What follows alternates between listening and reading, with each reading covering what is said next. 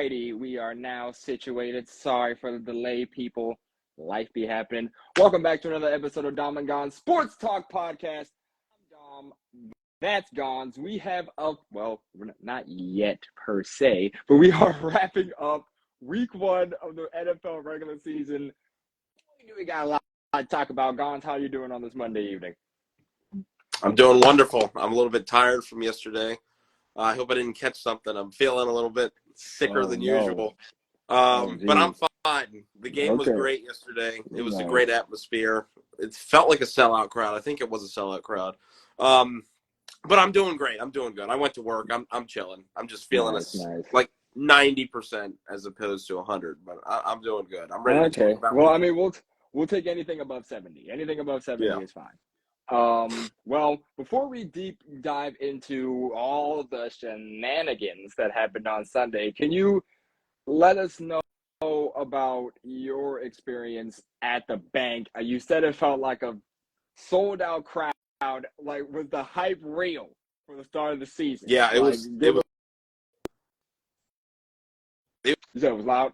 It was pretty loud. Say that again. I think you cut off on my screen. Just give us your insights on how it was at the stadium, how fans were acting, like welcoming back football in Baltimore. Give us your take on that. Yeah, lots of energy. That's all I could say. So many people were in the aisles trying to pump up each section.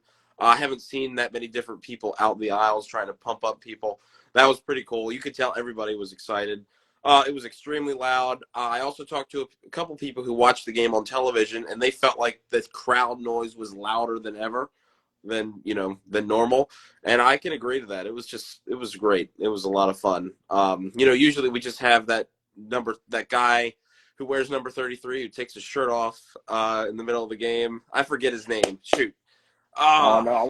Y'all know I just want to call him Hype Man. Yeah. I just want to call him Hype Man. He's got a name, and he's there every week. And if y'all don't know who he is, I know y'all Ravens fans know who he is. We know. He wears number 33, and he rallies the crowd with the Ravens chant, RAVENS, Ravens. And he also makes it even more hype in the fourth quarter when he does the same chant, but he takes his shirt off and whips it around like he's in college or something. But it's great. It makes everybody so hyped. It was just a great time. Of course, the Ravens pulled out the victory, which was always nice to win in week 1, but it's a very bittersweet victory, and we'll talk a little bit more about that in just a moment. The injuries, you could see them when they happened live at the stadium. You could see it happen. It was like you could tell the guys were hurt, especially the J.K. Dobbins play when he caught that pass. Brought it down to the 2-yard line. The way he rolled and got rolled up on and got up super slow, everybody in the area, and I could overhear people's conversations, could tell that he was hurt. And it was just clear. Everything is so much clearer when you're at the game. Like, you can just see so much more. You can see the entire field. You can see all the players. You can see how they're reacting after plays, during plays. It's just, you get so much more of a better field sense, and I love it. Nice. Mm-hmm. Nice. Well, glad to see you experienced a good time. Glad to know football coming back to Baltimore brings all the happy people out. But like you said, let's get down to business. So, Ravens, Texans, 1 o'clock game at the bank. The crowd was hyped. OBJ and Zay Flowers' debut for that offense. We saw Jadeveon Clowney's debut for that defense. Let's get it kicked off with the offense. Now, as many fans would say, and I've heard a lot of mixed reactions, a lot of people agree that the offense was not looking crisp. And if we go back to what Gonz has said on multiple occasions, when he felt as though that the team starters should have got some preseason reps, it was very evident in this first game. Lamar, definitely looking rusty in his first game back since November when he got injured. Looked a little stale. First possession, 3 and out. Next possession, interception on a very blanketed play.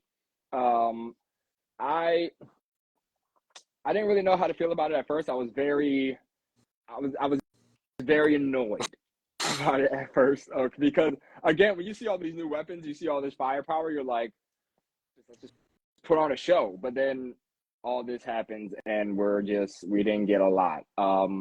First touchdown came from J.K. Dobbins, of course, running into the end zone after we got a quick 3-and-out. We had great field position.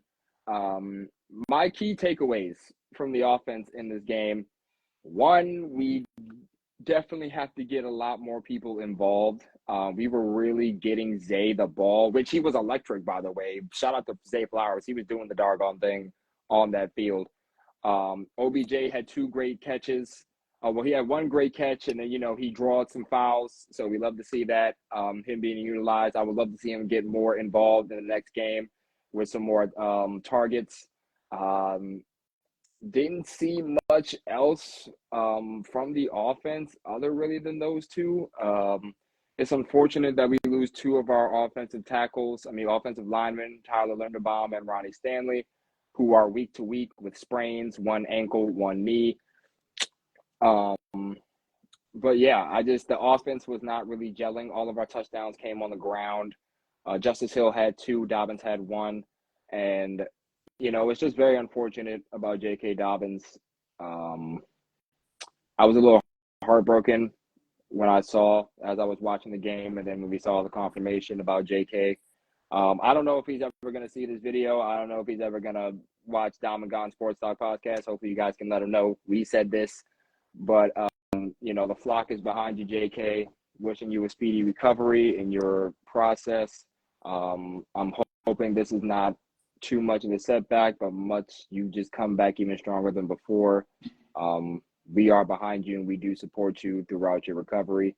But yeah, other than that, I feel like the offense is very stagnant at this point. What about you? What do you think? Can't say that I told you so. I've been warning you about this forever. Now, I did say there was a chance the offense could go off, and if it started cooking, that there was a possibility for a Jackson 5. But Sunday was a Jackson 0. He was awful from the start. We got a Jackson 9. Just sloppy. Just very, very sloppy, especially in the first half. Penalties. Now, oh my goodness. A lot of issues on the offensive line, though, too. Pass protection was very poor. Kevin Zeitler, oh my gosh, he was getting destroyed. I think he had the worst passing grade on the entire offensive line. It came in at like 51.2 or something. Which is so rare for him, because I feel like he's one of the best we got, which is like really alarming. But yeah, absolutely. Ronnie Stanley, another rough game too. He was getting beat on the edge. Just the Texans were just very chippy in this game, coming after us. They came ready. And I saw some flashes of the old Lamar. This was supposed to be a get the ball out of your hands quickly. And yes, he did that to Zay on a couple plays, but sometimes he just looked hesitant and he didn't want to make the throws.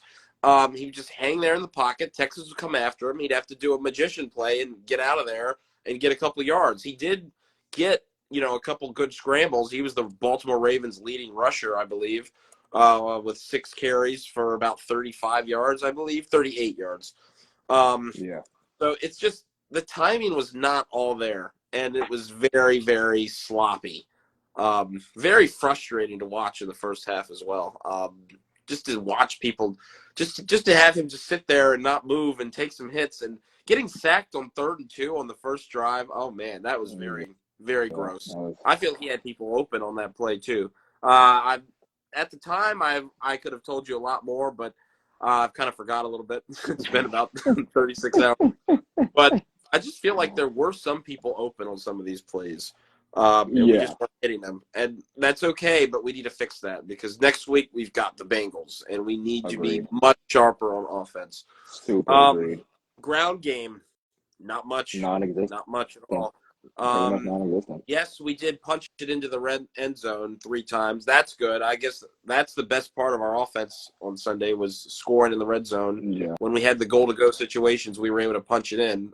Which was a struggle last year, scoring in the red zone. So it was good to see that it was an improvement at this point. But I need to see more. It's the you're Texans. Right.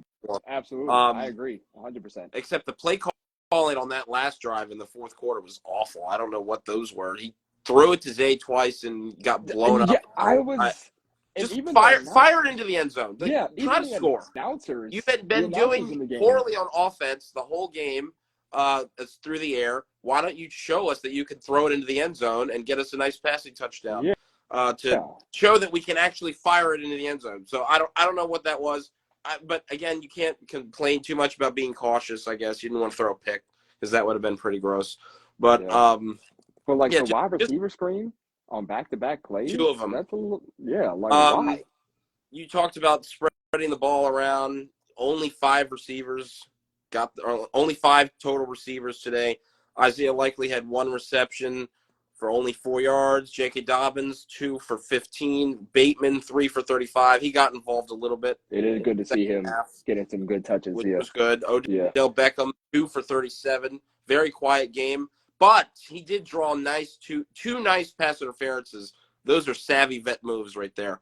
Very much so. I loved it. I loved what it. we've been missing Lamar for a saw while. that, would throw it deep to him, and they would call that. And the young corners on him, Derek Stingley Jr., fell for it, definitely. And it was very good. I loved it. I take advantage of the young team, man. The Texans are young and hungry, so you got to take advantage of that when you can. That was beautiful to see. And then at the end of the game, they did connect OBJ and Lamar for a nice little first down. I think it was 18 yards, 18-yard passing play to set them up inside the red zone. That was nice. We need to see more of that in the future. But yeah, so my very slow start got things going a little bit in the second half. Coming out of halftime, they drove down and got that 71-yard touchdown drive after they got the punt. So yeah, it was good to see them kick into gears a little bit. You could see flashes on what this offense could be. It just needs work. They need practice. They need more reps. And I'm not going to panic yet, but they got some work to do. Absolutely I know not. Should be absolutely. Yeah. Absolutely. I've been warning you guys of this forever. Absolutely not. There's no Dom need to was expecting us to come out firing, and you guys go back and watch old Dom and Gonz Sports Talks. He said we were going to come out and drop. I was excited. And what was my final prediction? What was my prediction last week? I said 27-17. 27-17. I was pretty close. 25-9. 27. The first time that score has ever appeared, by the way, in an NFL game. Ever. The most unique score. And I just found that out today. That was the first time a game has ever ended 25-9, which is very intriguing. But yeah, I agree with you 100%. I think there's a lot of things need to clean up. No need to hit the panic button yet. It is literally just week 1. Week 1 does not determine how your season is going to go. You've seen people start off really bad and then just start to gel later. So no need to panic. We just have to clean up a lot of stuff. Penalties for sure. A lot of players getting multiple flags. We cannot have that, especially against opponents who will take advantage of it because there are opponents. We are in the AFC. This is a stacked conference. We cannot have that. But yeah, I don't think there's a need to hit the panic yet. Let's give it a week. Let's give it a little more time, and let's just see what happens. I think Lamar will start to get more settled in, get more comfortable with other receivers, and I think we can expect greatness by at least mid to close to the end of the year. But we'll see though. We still got a lot of time. I don't mind peaking late in the year. This team is always peaking early, so if we peak late, that's fine. But let's keep getting dubs along the way. But yeah, offense next week they've got to be more sharp. They really do. To be. They're going to have to. We are not going to get the slop. 25 points, I believe, because the Bengals. If you guys did know, we'll talk about this a little bit. The Bengals got destroyed by the Cleveland Browns 24-3. They're going to come out firing in the next game. I know they are. They're not going to want to drop to 0-2 in the division. The Ravens need to be prepared to get punched in the mouth. The Bengals are going to try it early. They want to go up big the first half. The Ravens need to combat them. They're going to come in firing and swinging and passing, and Jamar Chase is going to want a better game, and Joe Burrow is going to want a better game. He only had 82 yards passing, a career low. So this offense has got to get into gear very quickly next week. You can't start slow because you don't want to find yourself into a deeper hole. We fall into this team way too many times. And yes, I know it's just week 2 coming up, and we're at the beginning. We'll get the Bengals again. The division matchups matter. It'd be very nice in 2. Yeah. It'd be very nice to start 2. Yes, But yeah, these division enough matchups of are that. We'll competitive. talk. We have a whole show dedicated to that game coming up. So let's stay back on this game. Yeah. Check that out on Friday, week 2 preview. Anyway, back to this game. The run, building off what I was talking about with the running backs. J.K. Dobbins had a few runs, 8 for 22 before he went down. Gus Edwards was the leading rusher out of the running backs, 8 carries for 32 yards. Not much from him either. He had a long 13-yard run. But my issue, and I thought this was very interesting, they didn't give Gus any touches hardly in the first half. None. And Yeah, I was like, barely. why aren't we feeding? We should use him more, I thought. But I don't know. I don't want to sound like a hypocrite because you got some of the people that'll be like, oh, well, last year when you had Greg Roman, all you did was run. Now you're not running as much and you want to run more. I just want balance. I want balance. I feel like that the Ravens lack that sometimes because, especially in the first half when they were struggling, they were just passing, and it wasn't working. It was incomplete, or run or sack or something. Make the defense, make them stay honest. Keep them on their toes. And I feel like they did a much better job of that in the second half with the hurry-up offense. But don't be afraid to just hand it off sometimes. And mix it up, do pass. Unless it's obviously you're getting chunk yards through the passing game, there's no reason to just pass every single play because definitely 100% it was not working in the first half. They were struggling to pass the ball. Very much and so. they kept calling passing plays over and over and over again. So if you just need to, if you're struggling to find do some more runs, mix up your play calling, a nice balance. That will definitely help you. And the last running back I want to say is Justice Hill. Yes, he did not have too many yards in the yardage department, 8 carries for only 9 yards. He did have 2 touchdown scampers right on the goal line. Nice little 2-yard runs, 3-yard runs to punch it in for the score, and that's good. That's what we want to see. We talked about this earlier. Scoring in the red zone, not settling for 3, because you're going to need to settle. You're going to need to settle for 6 points when you play high-end teams like Cincinnati and Kansas City and all these high-flying offenses. So it was. Agreed. I know, again, it's just week 1. But it was encouraging to see the Ravens punch it into the end zone 3 times. Yes, especially in the red zone where we struggled a lot last year. We could not fulfill scoring in the red zone, but it's good to and see a nice that. little 2-point conversion. Oh, Gus yes. Edwards on a little Shout out to Gus. middle. Yeah, he did get the 2-point to put us up to make it a little more difficult on the Texans. Shout out to that. Technically, backs got in the end zone 4 times. 4 times the back scampered on in. True, which is nice to see. All 3 of them, actually. All 3 starting backs technically got into the end zone in that game, which is nice to see. I think Lamar led all rushers in that game. I think he had like 38, 39 yards.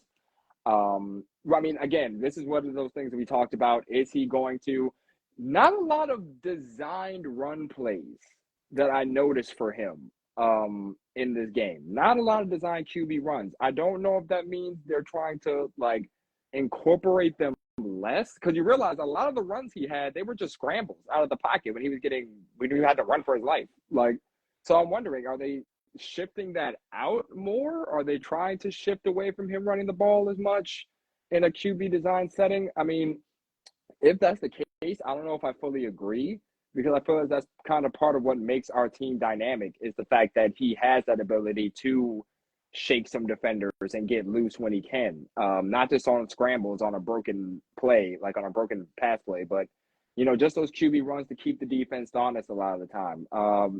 Definitely was lacking in that department. I don't know if you noticed that too. But I will say, being at the game, I saw a couple handoffs that got blown up in the backfield for negative yards. And those plays looked like they were run RPOs, or not RPOs, read options, where Lamar could have easily kept it. There was a lot of instances where he was taking off as soon as he handed off the ball. Maybe he just didn't keep it. Maybe he was just handing it off. But there looked like there was definitely a handful of plays where he could have kept the ball and ran. Maybe that's just part of the play design and there was no chance of a quarterback keeper. But it looked like the Ravens did call a few, just from being at the game. and that he just made the wrong read on some of those plays. So I'm not sure. Again, we'll keep an eye out for that. But I'm sorry to interrupt, but before you get back to your point, wasn't I right about the QB scrambles? They can be so deadly when Lamar's in the pocket, he had some long runs. in man coverage, and he can escape the pocket, get around the tackle, gone. 10 yards a game, 10 yards a pop. Like, that is so deadly, and I love that. I love that. It's going to be a problem. Because it makes it's going to be a problem. You have to watch him and watch the receiver. Like, it's really impossible. It's almost impossible. Yeah, you got to put a thigh up. And he'll just make, he'll put a move on and he'll make you into a highlight, and you'll be on TikTok the next day. I love it. But anyway, yeah, that was encouraging. There were some nice things about the offense. There were. Yeah, there were some good. There was a good amount of good and a too much of amount of a bad. But I think all in all, overall, I think we can say the offense needs some work. We have to work on getting more people involved, and we just have to work on less penalties on the offensive line. And let's get in the Aguilar some plays. Let's get Bateman some more calls. I don't want to overwork Zay because I don't want to run him into the ground because if the playoff chance, I would rather him be there. So but I think we can all agree the Ravens offense was definitely not up to par with what we thought it was going to be. Well, for some people, me personally, I thought it was going to be in week 1, which is okay. We escaped with that win, but definitely some stuff we have to clean up for the Bengals because they know us and they know what we're going to want to do when we do it. Any last thoughts on the offense before we move on? Nope. All right. Just a work in progress, and don't be surprised.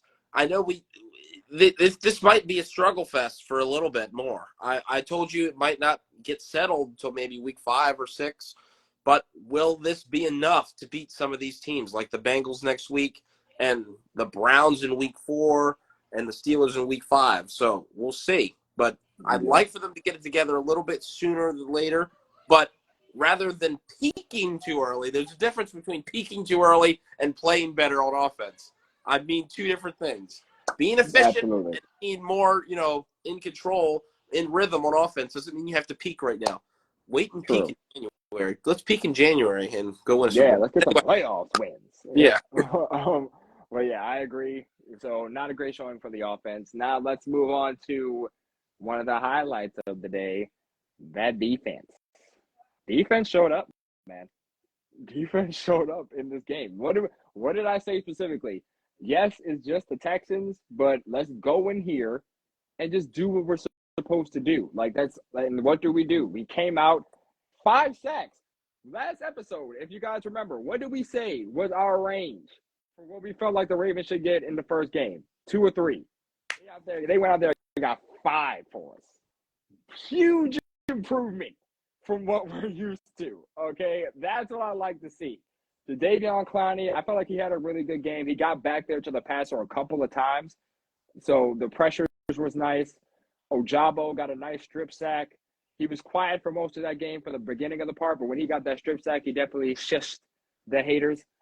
So that was nice to see. Owe got some good pressure back there.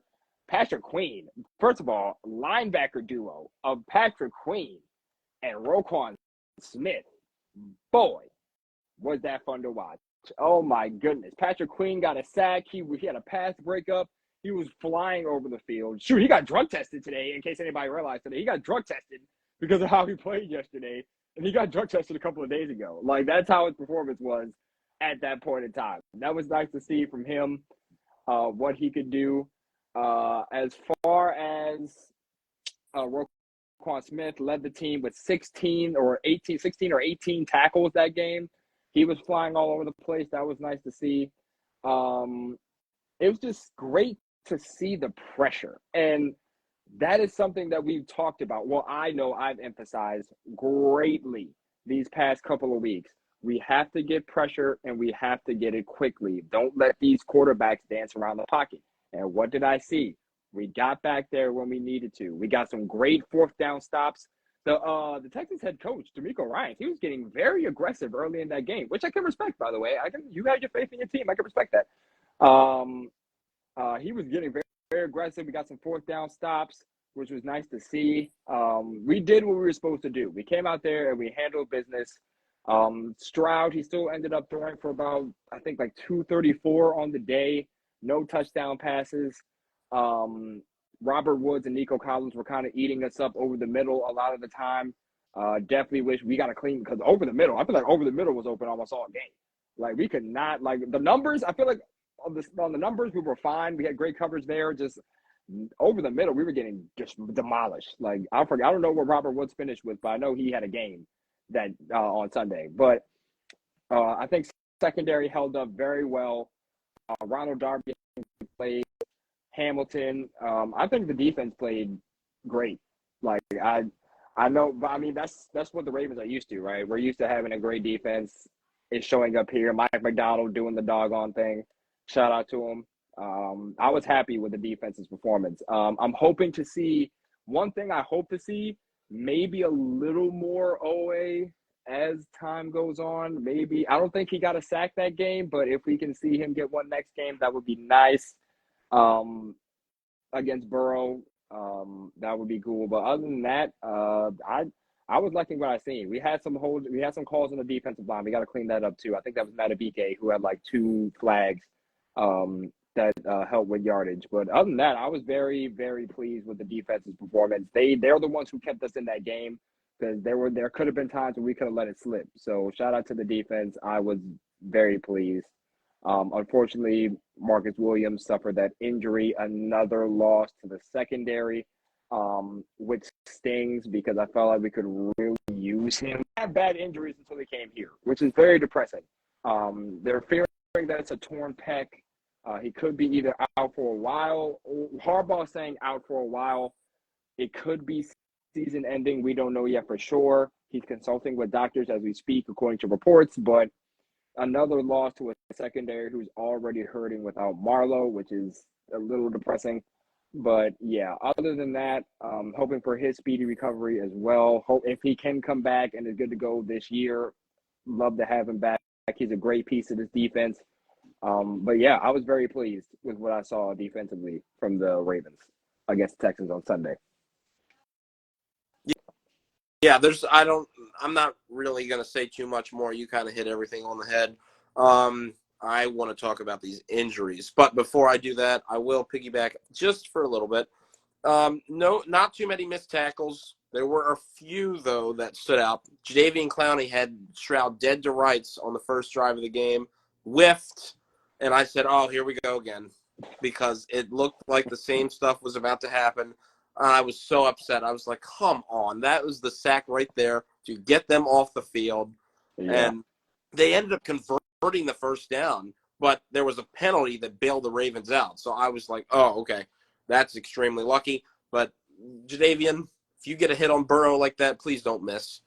And Patrick Queen, yeah, very impressive game from Patrick Queen. He looked extremely fast. He did have one bad miss. That everybody was letting me hear about it, at least up in section 537. But can't complain. He did very good. And another guy that really stood out to me was Ronald Darby, making some very nice tackles, especially on had a big game. Pierce. He had him one-on-one, got him for no gain. And that was one of the keys to the game I was talking about. Limit Dameon Pierce. Don't let him get going. And I predicted he would have under 50 yards rushing. That's exactly what the Ravens limited him to. 11 carries for only 38 yards. Only had a long run of 7 yards. So they really kept him under wraps. That was very good. Nice. That's the key to the game, in my opinion. And, yes, Stroud did throw for over 200 yards. But, again, I also predicted that as well, because they would be down for most of the game. He'd be forced to pass. That's exactly what he did. He showed some flashes. He definitely showed flashes. Yeah, 28 for 44, 242 yards, no touchdowns, no picks, sacked 5 times for a loss of 46 yards. The quarterback ratings were very similar. He had a 78 rating, and Lamar Jackson has a 79.5 rating, by the way. So not much happening. But yes, defense limiting him, and I really enjoyed that. They clogged up the passing lanes, clogged up the running lanes too. Got nice fourth down stops. Oweh, yes, no sacks, but Oweh was around. He was definitely was Yes, he was I definitely saw him around. flying Sure. around. And Justin Matabike had a very nice sack coming out of halftime to get us the ball back to go on that 71-yard touchdown drive. Chased down Stroud, dove, grabbed his legs, brought him down to the ground. He was moving. And I called that too. I said Matabike is going to get one. I said Ojabo and Matabike were going to get the 2 sacks, and they did. Dude, And they were bonus. Matabike was should make my moving. own parlays, baby. No, I should make my real. own parlays. And then send them to me when you make them. But like, dude, on that chase down, Matabike was moving to chase down Stroud. I was like, what was Matabike's 40? Where did he run? I was just happy to see it, first of all. But it was great. It was great to see him get that. He was moving on that play. It was beautiful. Awesome. It was a view. I'm going to have to go back to our other video and check it out. I think I said Ojabo. I know I said Matabike. 100% I said Matabike was getting one. I can't remember if I said Owe or Ojabo. Hopefully I said Ojabo because that would make me 2 for 2. But I know I got Matabike, and that was great to see him get a sack. So, yeah, secondary, not too bad. Kyle Hamilton flying around a little bit, nothing crazy from those guys. Brandon Stevens actually was second on the team with tackles, 12. He got picked on right before halftime, but he sort of settled in a little bit. The Ravens really love to use him. Like, he's everywhere. they put him out on the field a lot. Yeah. I'm nervous a little bit about that next week if they choose to use him a lot. But anyway, yes, defense, nice job. Nice job for the most part. Of course, there's some things to clean up. Absolutely. But it was nice to see the sacks. And some of those sacks were on 4-man rushes. Ojabo getting an instant shed like I was talking about. Can I see an instant shed sack fumble? There it was. Great. Now do it again on a team that's good. Do it to Burrow. Like this week. A little fun fact before I move on to injuries. Ojabo's played in 3 career games for the Ravens. He has 2 strip sacks in 3 games.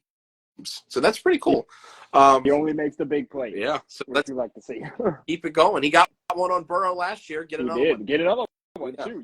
We don't like Burrow, so come on now. Yeah. All right, let's talk about this injury report. So we've got major injuries happening again. We entered this game with nobody on the report except for Mark Andrews, who should be coming back very soon, and Marlowe, of course. They're hoping this week. They're hoping this week for Andrews. I don't know about Marlowe, but I know we're hoping this week for Andrews. In the game, obviously J.K. Dobbins, torn Achilles. Marcus Williams, torn pec, probably. We'll see if he wants to get that surgery. It's going to be his decision. If he gets the surgery, that's probably it for the year. Or he could try to what's the word for it? Like physical therapy for his shoulder or for the pec. I had it right on my tongue. He could do what T.J. Watt did. And I don't know if I want that, man. I'm not going to lie to you. T.J. Watt tore his pec week 1. He rehabbed it. He rehabbed it and came back about mid-season. But obviously T.J. Watt was very, roughed up last year. Did not do too much when he came back. He was very, injured. He wasn't his full self. He was limited, very, very limited. So I don't know if we want that for Marcus Williams. We'll see what he decides. Of course, I'd love to have him back because and it's a little bit different though when you're playing DB. T.J. Watt, a edge rusher, using your arms all the time. Yeah. You don't necessarily have to use your arms too much, except when you're catching maybe a little bit of hand fighting in the secondary. So I wonder if that'll make a difference. I am a little bit selfish, and I hope I really, really want to see him back because he is so dynamic when he's on this team and he's on the defense. He creates so many turnovers, and he's just a big playmaker for this team on the defensive side of the ball. We really, really want him back. Yeah, trust me, I'm right there with you on wanting him back 100%, but I don't want him back if it risks more of his health down the line. I would rather him, if he has to miss the season, it would be unfortunate, and I would hate it so much because he's such a playmaker in that safety spot. But I don't. I'm worried about his health more than him being on the field. I just want him to be okay going forward. And if that means he has to miss a season, then so be it. We'll just have to have guys step up in that process. But um, it's very unfortunate because it literally in the first game that happens, and he's such a big piece of the defense, and to lose him is very, very saddening and heart gut wrenching. But yeah, I'm with you. I would love to have him back, but not at the expense of his health. If That's he has to stay out, stay out. Do what you have to do to get yourself together, to get yourself to rehab as much as you can. If you can come back and you're feeling good and doctors feel like you're okay, shoot, we'll love to have you. But do not come at the risk of your health, Marcus Williams. Just do what you have to do, get healthy, and if we have to see you next year, we'll see you next year. I mean, that's my take on that. There I was a know tweet from Rappaport saying that there was limited pain and he has full it's mobility. So that's good just for him. swelling, I think. So Yeah, I think it's just swelling. maybe it's not a torn pec. We'll see. Maybe, maybe not. We just know it is a pec injury. Yes. Harbaugh made it clear that it is a pec injury. It might not be a torn pec, but we will see what it is moving forward. The tests haven't come back yet. So if it's not, I mean, and it's less serious than we think, great. But I would rather him, work his way in slowly rather than too quick. And the other two injuries, of course, were Ronnie Stanley and Tyler Linderbaum, two anchors for this O-line. Unfortunate, very, very unfortunate. And Harbaugh said week to week, both of them dealing with lower body injuries. Ronnie has a knee. Thank goodness it's not his ankle. And it seems like Tyler Linderbaum has a high ankle sprain. So Harbaugh said week to week, that could mean anything. I'm anticipating they'll probably miss at least 10 games, 8 games.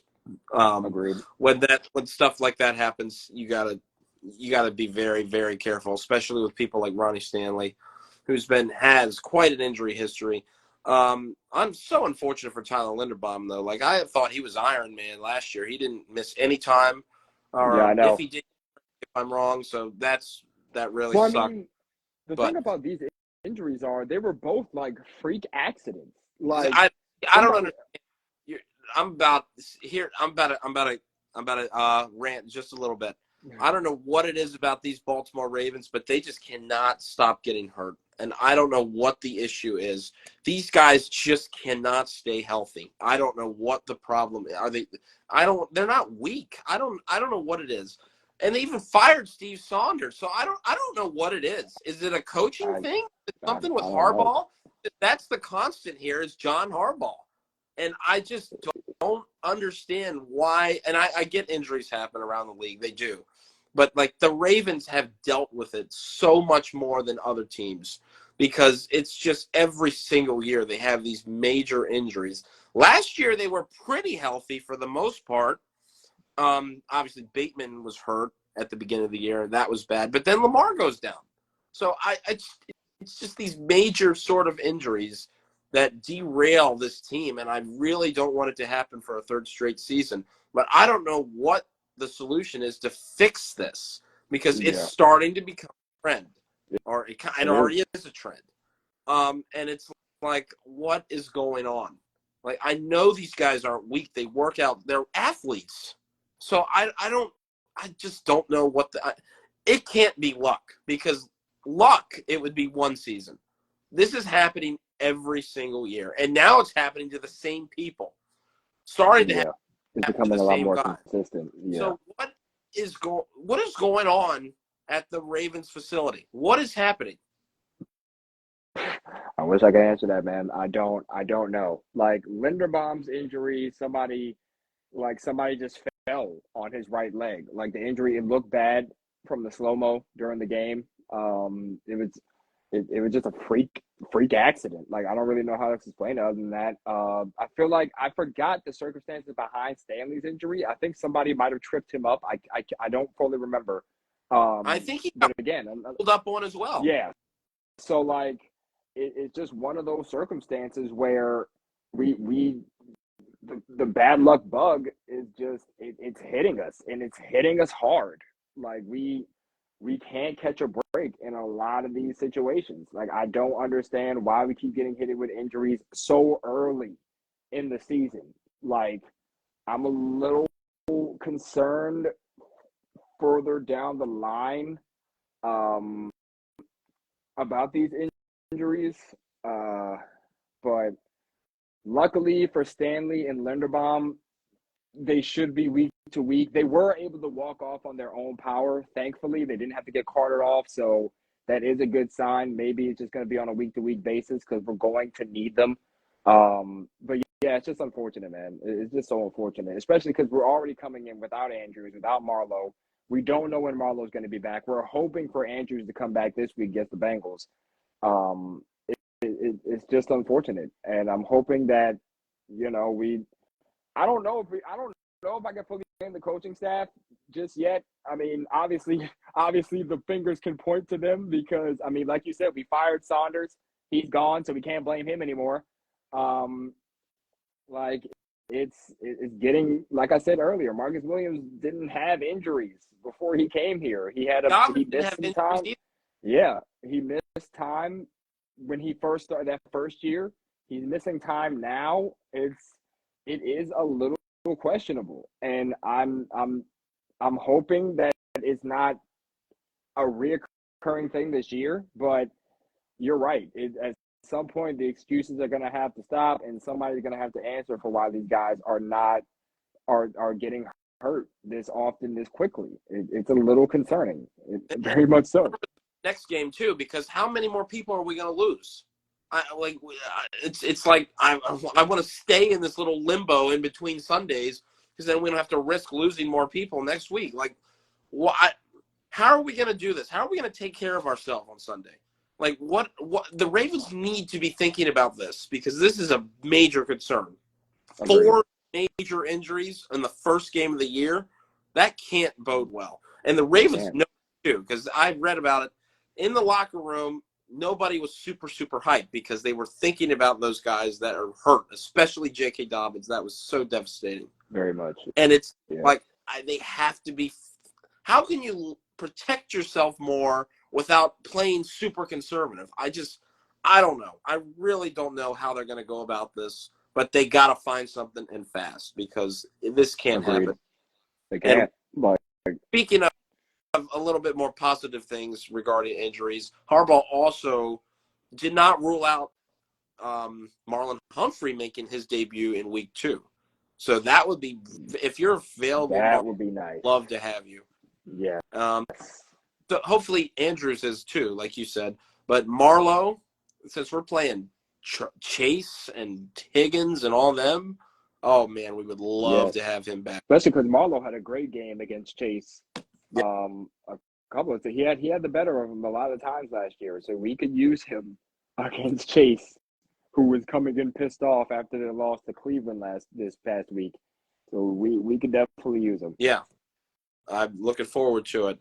More on that later this week. One last question before we get to start wrapping up.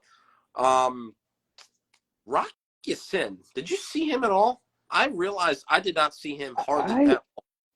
I really didn't notice him.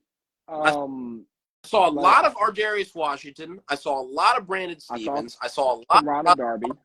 Right. I didn't see any. Were those our top 3 guys?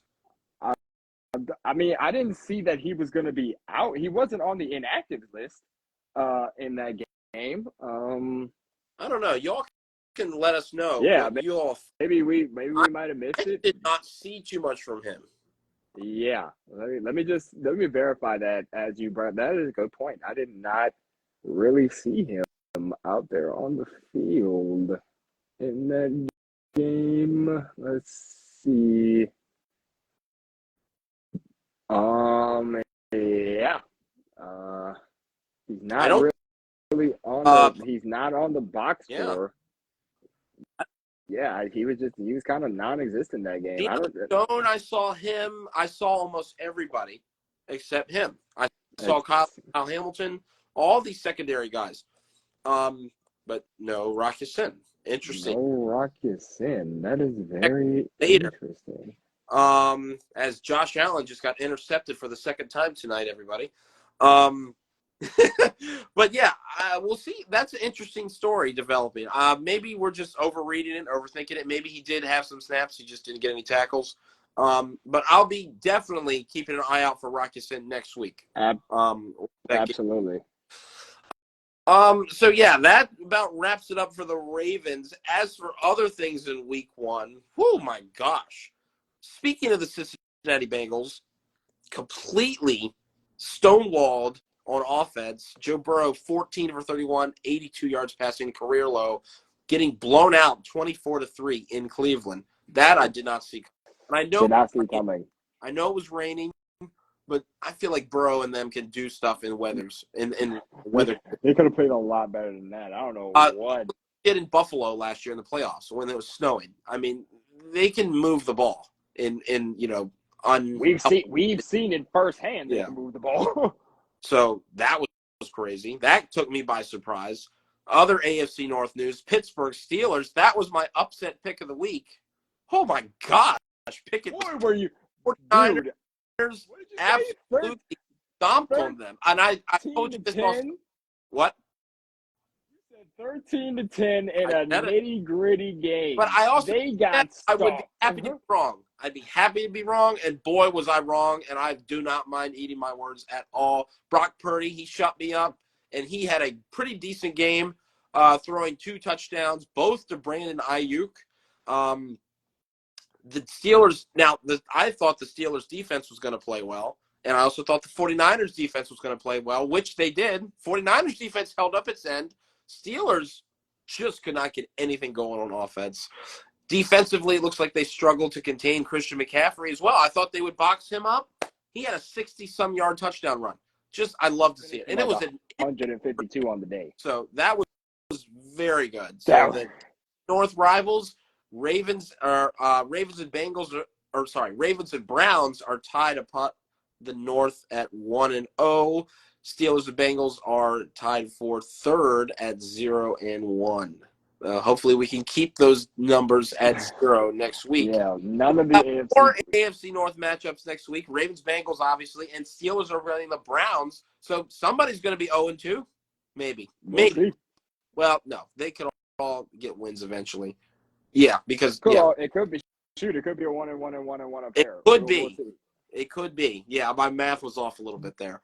But, so crazy. Yeah. What are your thoughts on some of these things? Yeah, it's nice to see that Lamar wasn't the only AFC North quarterback who was struggling week one. None of the AFC North quarterbacks played well week one. I think Kenny Pickett threw for the highest amount of yards, but he just got stomped. So it doesn't really matter if you're getting stomped like that. So that was nice to see.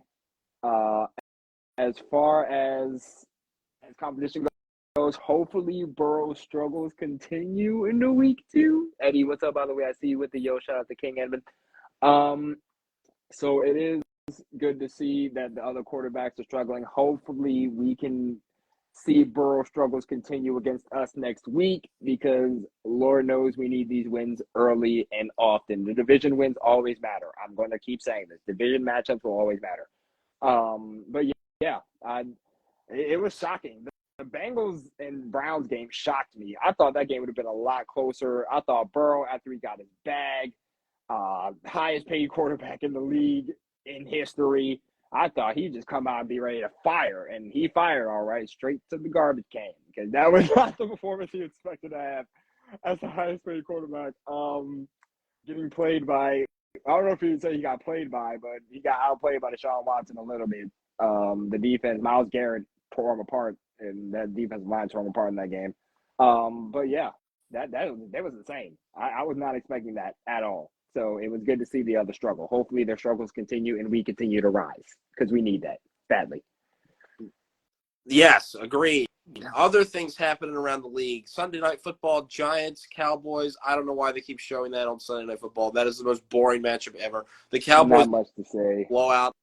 It's boring. Yeah, they got shellacked on Sunday Night Football at NFL. Nobody wants to watch it. It's freaking boring. Please. 40-0, though. Cowboys fan, nobody cares. Daniel Jones, not the guy, especially against the Cowboys. Yeah, Um, I just not maybe, good, maybe, man.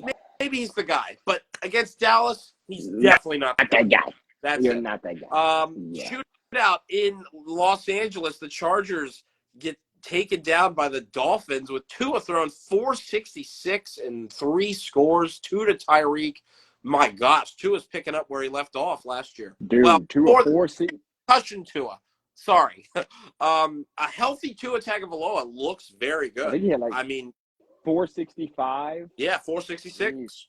Louise, man. He went Jordan crazy. Love made his debut in Chicago in a game where the Chicago fans have been talking trash. This was finally their chance to take down Green Bay, and they just couldn't do it again.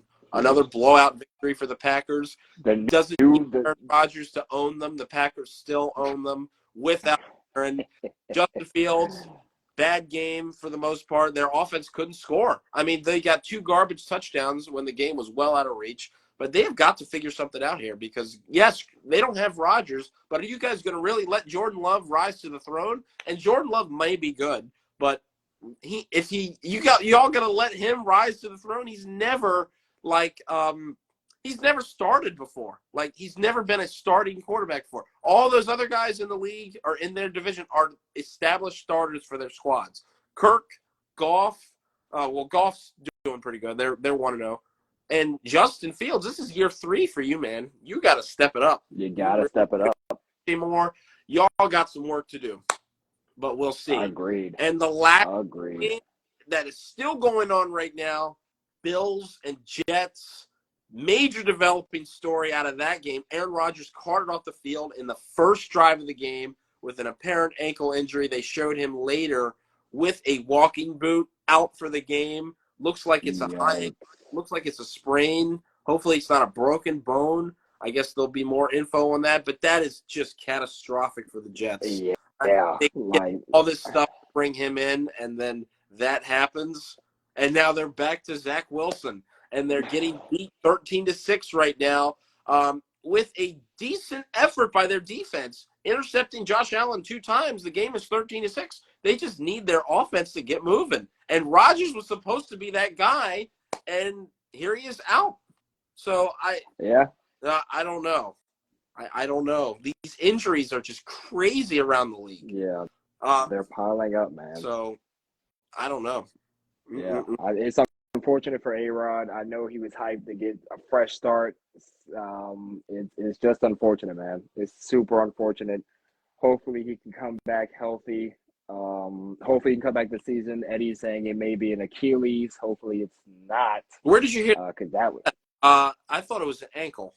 Yeah, Eddie's saying it may be his Achilles. I don't know for sure. We haven't been really looking into reports, but very unfortunate for A-Rod, man. But yeah, I'll check up on that. I haven't checked for a while. Yeah. Maybe updates. Yeah, but now Zach Wilson back at the helm. Thought he was losing his starting spot, and he's right back in it. So we'll see how this game ends. Still got some time left to make some noise. They're not down by much. There's only 1 possession. They've got the ball right now.